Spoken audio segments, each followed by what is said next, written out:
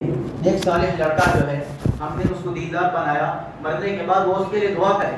کئی خاندان والے ایسے ہیں جس کے خاندان میں ایک حافظ بھی نہیں ہوتا، عالم بھی نہیں ہوتا، اور مرنے کے بعد ان کے یہاں جا کر کوئی فاتحہ پڑھنے والا بھی نہیں ہوتا، ان کے لیے دعا کرنے والا بھی کوئی نہیں ہوتا۔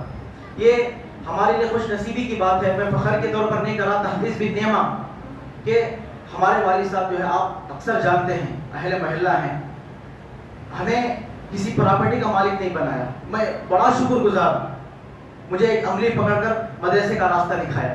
یہاں سے 3 کلومیٹر ہے، سامنے کی سیٹ پر مجھے بٹھاتے، پیچھے کی سیٹ پر میرے بڑے بھائی ہارون جو ہے اسے بٹھاتے، سائیکل مار کر وہاں لے کر جاتے، وہاں جا کر چھوڑ کر آتے۔ اور کمائی بھی کوئی نہیں، گھر کے اندر 7 8 10 افراد، ایسے ماحول میں پڑھانا، ہمارے خرچے برداشت کرنا، اور ہمارے لیے دن رات راؤنا، کوئی معمولی بزنس بھی نہیں۔ کہیں جائے نہ دھوپ دیکھا، نہ چھاؤں دیکھی، نہ رات دیکھا، نہ دن دیکھا۔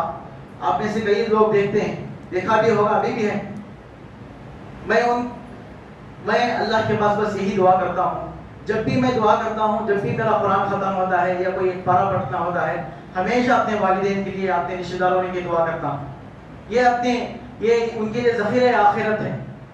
یہ انہوں نے مجھے پراپرٹی کا مالک نہیں بنایا، یہ میرے لیے کوئی بات نہیں، ضروریت نہیں ہے۔ اللہ جس کے مقدر میں لکھا ہوتا ہے اس کو مل کر رہے گا، لیکن انہوں نے مجھے دیندار بنایا، اور کئی لوگوں کے سامنے کھڑے ہو کر قرآن سنانے والا بنایا، کوئی دین کی بات بتانے والا بنایا۔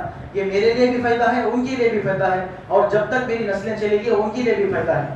اسی لیے دعا کریں کہ اللہ تبارک و تعالیٰ، اور اس کے درمیان جو بھی غلطیاں ہو گئی ہیں، اللہ تبارک و تعالیٰ اسے معاف فرمائے، اور جو ٹوٹے پھوٹے انداز میں ہی صحیح جو غلطیاں ہیں معاف فرمائے، اللہ تبارک و تعالیٰ وہ درجے سے نوازے۔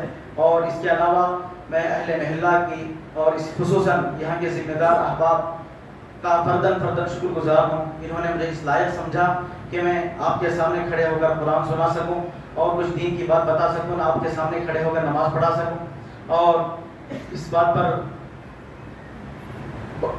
بچہ ہوں، چھوٹا ہوں آپ سے، اور غلطیاں ہو جاتی ہیں۔ اللہ کے نبی صلی اللہ علیہ وسلم کو بھی کبھی بھول ہو گئی تھی، نماز میں کبھی 4 رکعت کی جگہ 2 رکعت پڑھا دیے۔ اس کے بعد صحابہ نے پوچھا، کیا نماز کم ہو گئی، کیا آپ بھول گئے؟ اللہ کے نبی نے کہا، نہیں، میں بھی بھول رہا ہوں، میں بھی انسان ہوں۔ حضرت آدم علیہ السلام کائنات میں سب سے پہلے انسان ہے، وہ بھی بشر ہے، ان سے بھی سب سے پہلی بھول ہوئی، اسی بھول کے نتیجے ہم اور آپ دنیا میں آئے ہیں۔ یہ انسان ہونے کے ناطے کوئی نہ کوئی بھول ہوئی ہو